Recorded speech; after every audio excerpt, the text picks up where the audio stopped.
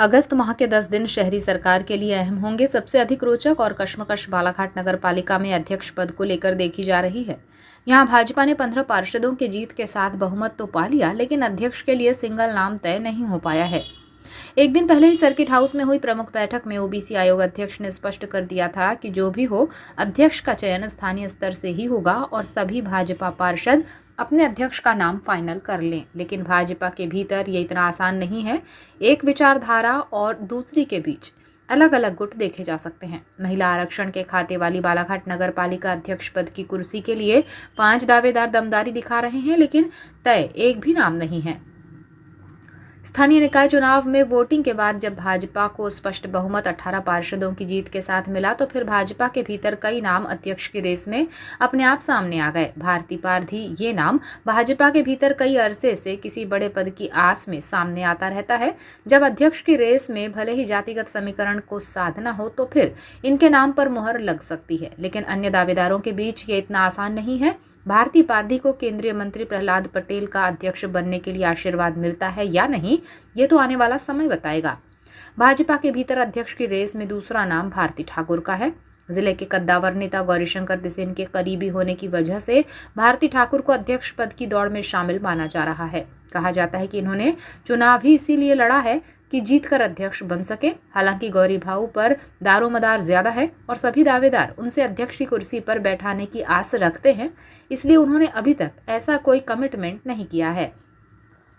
मंत्री रामकिशोर कावरे भी बालाघाट नगर पालिका चुनाव में अध्यक्ष पद को लेकर खासे आशान्वित हैं।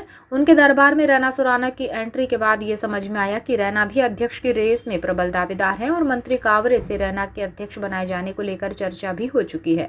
अध्यक्ष की दौड़ में सरिता केवल सोनेकर ये चेहरा भी बना हुआ है। पूर्व नगर पालिका अध्यक्ष अनिल धुवारे ने सरिता की जीत में कड़ी मेहनत की है और उन्होंने दूसरी बार जीत दिलाते हुए अध्यक्ष की कुर्सी का दावेदार बनाया गया है। 5वां नाम वंदना बारवाटे का है, जो इससे पहले भी नगर पालिका अध्यक्ष रह चुकी हैं और उनका नाम साइलेंट है। लेकिन नगर पालिका में अध्यक्ष रहते हुए किए गए कार्यों और अनुभव के आधार पर उन्हें ऐसा लगता है कि भाजपा उनके नाम पर भी महत्व देते हुए अध्यक्ष बनाने का विचार करेगी।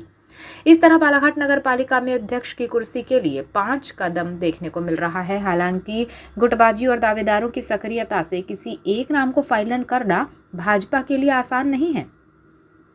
जिला पंचायत चुनाव में अपने प्रत्याशी को जीत दिलाने के बाद कांग्रेस जोश में है, लेकिन बालाघाट नगर पालिका चुनाव में अध्यक्ष काबिज करने के लिए संख्या बल नहीं है।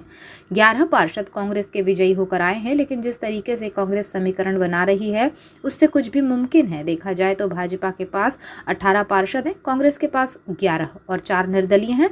अगर 4 निर्दलीय कांग्रेस को समर्थन दें और फिर भाजपा के भीतर कुछ भी घटता है तो 1-2 पार्षद संख्या जुड़ने के साथ ही कांग्रेस इस स्थिति में होगी कि वो अपना अध्यक्ष बना ले। हालांकि कांग्रेस रास्ते खुले रखेगी कि भाजपा के भीतर से जो भी समर्थन आएगा उसे तवज्जो दी जाएगी और उसे ही अध्यक्ष का चेहरा कांग्रेस की ओर से बनाया जाएगा। राजनीतिक सूत्रों के अनुसार 4 निर्दलीय अगर कांग्रेस को अध्यक्ष बनाने के लिए समर्थन देते हैं तो उन्हें सभापति पद दिया जा सकता है और फिर जो भी पद बचेगा उसे कांग्रेस पार्षदों को दिया जाएगा। इस तरह राजनीतिक चाल से शह और मात का खेल हो सकता है।